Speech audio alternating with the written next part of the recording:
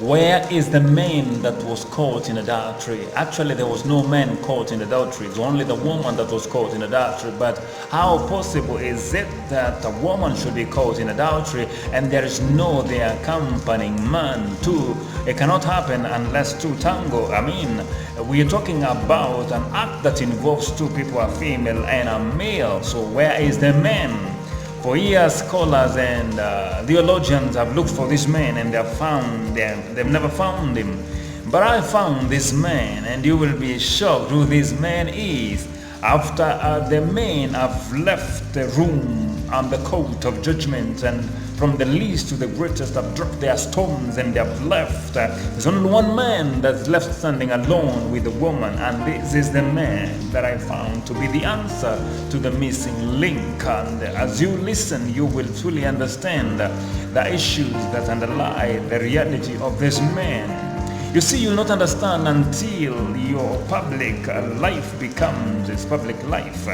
You'll not understand until his public death becomes your private life, until his public shame becomes your private name. He came to seek and save them that were lost. He came to become sin for us that we may become his righteousness. You see, it's no longer I that live, but Christ lives in me. And the life I live now, I live by faith in the Son of God who loved me and died for me.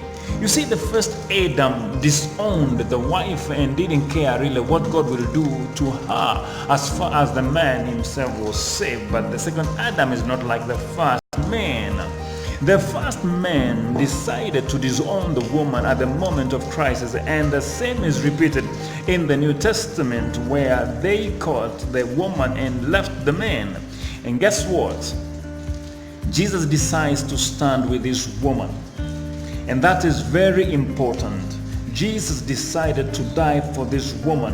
When Jesus died on the cross, the sin of this woman was impaled on him. This is the reality of the missing man in the story. Actually, there's no missing man because that's the reason why Jesus came. And it happens again at Gabbatha where people are being asked, should we release Barabbas or should we release Jesus?